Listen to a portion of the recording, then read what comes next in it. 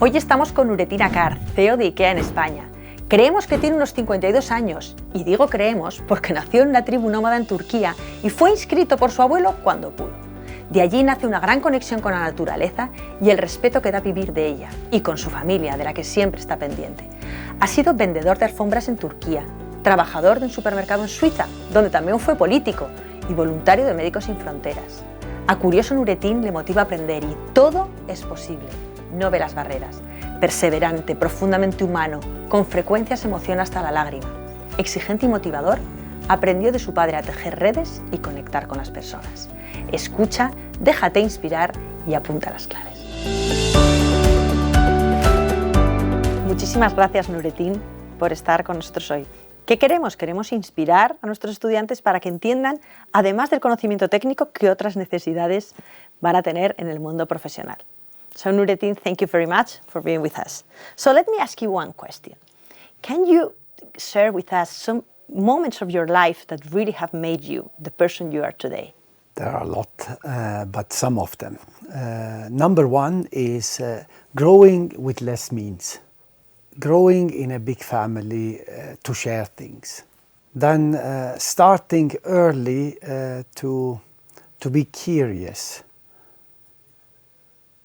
And dream about what I want, and try to ignore all the obstacles that comes along the way, and trying to find a way to make it happen. And finally, not giving up on what you dream about. I have examples, if you like, I can share. Yes, please. For example, I was in the age of approximately 12 when I decided to learn French because I heard some people speaking a foreign language. And then in that city where I was living, there was no books to learn this language. So I tried to find out how can I learn French. And then one of the teachers said, there is in the capital city a kind of system. They send you letters and you answer afterwards, and you do kind of exams by yourself, and with this you can learn a language. And I didn't even have money to order these books and try to find a work and pay this money to this and learn French. And the other one is when we opened our shop with my father, we had no money except the will to have a carpet shop. And now we manage by gaining trust of the people, not giving up because we don't have money. That's very nice to hear, Nurettin. What do you think there has been very specific professional moments that have marked your life, that really have made a difference on your life? Professional moment, there have been two, three. The first one is when my father decided that, I think it's good to go to school, but on side you can learn something. And then I worked in a carpet shop, and there I met people speaking foreign language. I learned French and English, and then that have made one. Secondly, when we opened our shop in Antalya, that was the second one. And the third one, when I was in Switzerland, actually about to give up to find a job when I then started to work for a retailer. These were the three main career paths, I would say. Thanks a lot. Speaking of your professional path, those moments that made you feel really proud, we really look for the students to inspire on other people's story, not only the professional part, but also moments of the truth, let's say. So special moments that you remember from your professional life, specific, that you are very proud. Yeah, professional life, things that I'm proud. Number one, you were part of when we transferred Goya, our small city store in heart of Madrid, when we managed to really make it work, that people were able to enjoy that shop. This is one. Then secondly, I would also mention that when I then started in Switzerland, not speaking German, in the first career step, and then being successful in the first step. I think these two, I can say, were super important for me. Thank you. It is thinking of the students that are really looking at your interview. When you are 20 or we are 20, 30, sometimes you feel insecure with many things. No, it's you don't find your place. You see people you admire, CEOs, president, whatever. So when you were 20, 30 years old, you were good at, you were not so good at what other things. What have you done to grow in these things you were not so good at this time? I was good at, I had a lot of energy. I wanted to do many things. I was very curious. I think that was the engine of my energy. What I was not good at, I didn't do things for a purpose. I did it for career. And that is, I think, the biggest difference to today. So can you deep dive a bit more on this topic, please? I find it very interesting because, you know, purpose is one of the key words for students and for young professionals right now. Yes. That is, I think, for me, the moment of truth. Purpose is when you do things beyond of financial or career things. I have discovered that I love when I have a positive impact in people's life, and I do whatever I do to fulfill this purpose. And then if I take more responsibility, it is to actually do even more good things. It comes from that angle, and then it makes you even more authentic and successful when you do things for yourself and for your purpose rather than for a career and financial means, because at the end more doesn't have end and it doesn't bring happiness. Do you have any specific examples, deep diving a bit more on this topic? Do you have any specific experience you would like to share? How can you take purposeful decisions? Yes, when I was in Switzerland, I always wanted to be a market manager in IKEA. That means store manager. And then after some years, I became that store manager. And then a few months later, I felt that I'm lacking energy, that I go to the store, but I don't have energy. And then I took some time and deep dive in myself to ask myself, what do I want? What are the things that makes me happy? What are my obstacles personally? And when was I truly happy? I realized that I was truly happy and centered when I was back from Iraq, being voluntary in Médecins Sans Frontières, and then coming back without any perspective, without any money, without anything that you can say financially is secure. But I had the inner peace that you cannot describe. And that moment, I changed my purpose. I was always wanted to be something, wanted to be manager, this manager, that manager. And then I changed totally. How can I support and serve my colleagues that are working with me, or my home, my wife, my brother, sister, friends, and so on. And that changed the way I lead, and that is the example I can give. It's very interesting because now when you are sharing this with us, with me personally, but with us in this interview, you are absolutely emotional in this moment, and also you're making me feel very emotional. So that's very interesting to bring to these young people trying to find a job. Is what's the role of emotions in a workplace? How can you? I think it is key. The key for leadership is connecting with people. That's all. If you connect with people, then together you can make anything. But to connect, you have to really open yourself up, your emotions and your vulnerability. You have to show who you are. And we all are humans, and we all have our moments that we are at the top or not. Just being authentic, being yourself is the best key to be a good leader. It is for sure. Sometimes we see that young people feel a bit, of course we all feel a bit insecure or uncomfortable when talking about feedback. like your boss called you or someone said, it's something I want to share with you. How do you deal with feedback, the good one and the growth one? How do you deal with that, and how do you give it to your teams? Take it with a smile as an opportunity. And then there will be feedbacks that are really helping you to grow, that there is something in that you can take and improve, and there are others that you just need to throw out. I think it is important to have self-confidence. Believe in yourself that you can do something, and then you are worth to something.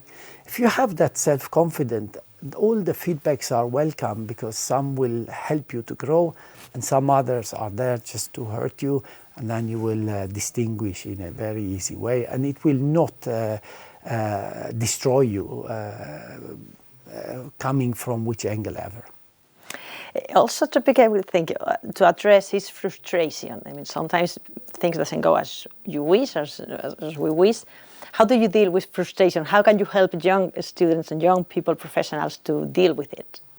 I have my moments. The moment of I get a no, or something happens that I was not expecting, there is this moment of truth that I go, But the second moment I think on, how can I solve this? What is the next step that I can take to make it better? What was the feedback that I've got, and how can I actually make that work? And then try to learn from the situation. And I have many examples to share, and one of them again, let's say Goya, that many people said it will not work, it's not, we don't have financial means and so on. It was just, okay, whoever says something, I take it and I try to find a solution to the feedback that they have given. It's not about giving up on my dream, but it's about convincing others that are not there yet. Convincing others, you're good at this, for sure. So sometimes also young people are told to have mentors in their life, to find people who will inspire them, who will support or give some advice. Have you found in your career someone to really feel that they have support you, mentor you in a way? Yes, I was lucky in part of my life. I always chose to work with people that I loved, and that was my luck. And one of them was the first VAPS manager at IKEA, Bernard Bourgeot, and I worked 6 years with him. He was an amazing leader, and I was lucky to work with him. But also I had other examples that I had leaders that were not really that good, and then I was learning what not to do. So trying to be open actually from the positive and negative point of view, and then take what you believe is good for you, and then let go what others that can negatively impact you. And then I also have some others. I work with Belen Frau, that is an amazing leader, and many others that have helped me to learn from them, but then develop my own style. I don't need to be anyone else than myself, but then learning from the experiences of others. That I would recommend the young ones. Also, when you see a successful career, what part of this career in your case is luck? What part is really hard work? How much is other factors in your career? How would you organize in luck, hard work, or other factors? I would say I start by saying I love what I do. The passion to find what you are passionate about, and I found it. Luckily, with the support of my father, that I was in retail since I was small. This is one. Secondly, it is hard work. It is being hungry. It's not the most talented people that are the most successful ones. I think it is the most hungry people to learn are the ones that are most successful. In my case, I'm just hungry, and I work super hard to actually get what I think is good for me.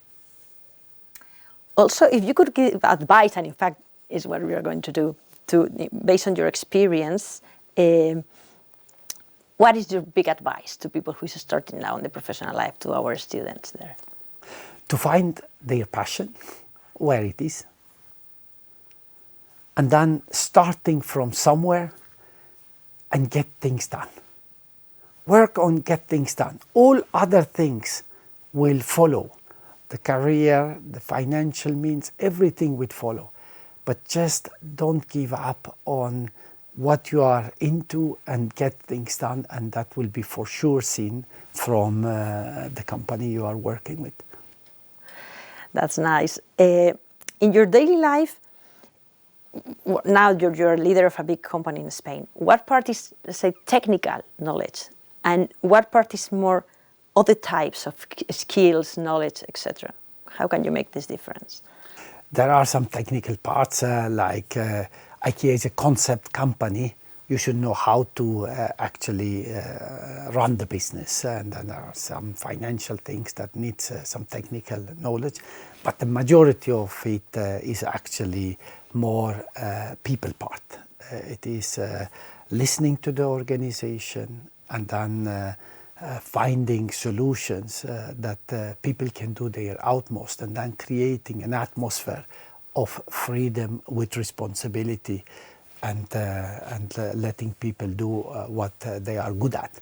So big part of it is actually leadership, and a bit small part of it is the technical. The technical. Connecting with that is, how much time would you say that you spend talking to people or listening to people in your daily life? A lot. I would say it's like 80-90% I listen, and then listening has different ways. So listening, you are in a meeting, you listen people presenting, but then you visit your markets, your stores, then you listen to people, and then you have data. Analyzing data is as well listening to understand what are the pain points or good points that are working, and so on. So listening is the big part, and then actually afterwards deciding is the second important part of my job. So you really have a big family in many senses. You have a lot of friends. You have a really hard work. I mean, you have a big company to roll, and a lot of people here you're in charge of. How can you manage to find time for everything? If you manage. I have to say that I don't always manage, that I have to acknowledge, but I think I reach all the objectives that I have in private, but also in the work. I can accept that some things are not okay, and I focus on the things that are important, and then I can prioritize. I think that is one of the things that we should not be everywhere every time. I accept not to be in some areas, but I choose to be in other areas when it comes to work. But in the family part, I really look into, okay, what is the need of my business, and then I really take that time. But then I also have some oases on my agenda to spend quality time with my family and wife or friends. It's interesting because you have mentioned now the word I choose. And then you mentioned before the responsibility part, no? Choose acting with responsibility. And that's very interesting when you bring it to make the elections. Sometimes you need to be somewhere, but you choose and you are responsible of your decisions. Absolutely. Life is a choice. It's all. What happens to you is your choice. Whatever you believe and work for, is that what's going to happen. So I truly believe life is a choice. We choose to wake up earlier. We choose to go to gym. We choose to spend time with positive people. We choose to. All we choose. It's all our choice, and nothing happens to us. If we allow things happen to us, then that happens. It's all our choice. It really is. So as we are talking to 20 years old people, what have you learned from people around you, around 20, 25, 30? You know, what do you learn from young people? I learned the digital way of life. So how they are actually moving around with digital tools. How do they connect, interact with each other in a new way, which is different than when I was in their age. This is something that I'm really curious and trying to learn. And I even go to my brother's sons they are around 15, 16, 20, and I try to spend time with them to really learn how they are managing their relations in today. That's very nice. Also, so I probably, after listening to you, many students would like to join IKEA, to have the chance to meet you or to get to know you and work here. What would you say to them? How can someone start working at IKEA? What it is needed and what's the way? What is needed? A bright smile and the willingness. That's the prerequisite to join us. And then we have human ethics and values. That is the prerequisite to start at IKEA, and all other things, the willingness to learn. You can then actually create your path by yourself. So warm welcome with a smile in your face and a lot of willingness, and then the rest we can make it. It sounds very easy. It is. I truly believe it is, because this 18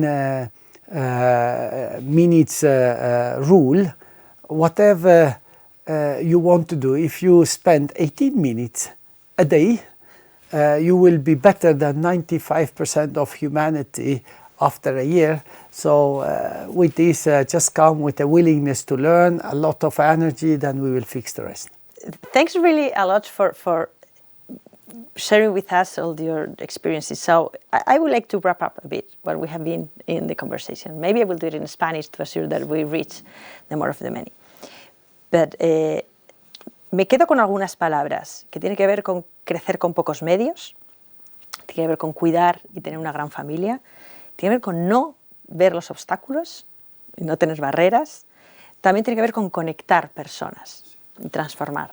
Te diría que también es la pasión en todo lo que haces, el hambre de aprender, la curiosidad, ha salido muchas veces en la conversación.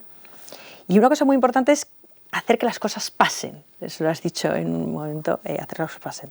Y sobre todo me queda que al final, quizá con la última frase, que es: todo en la vida es una elección. Así que vamos a dejar que la gente que nos está viendo elija seguirte, o elija acercarse a IKEA, o pueda elegir a lo largo de su carrera lo que quieren ser. Así que muchísimas gracias. Gracias a vosotros.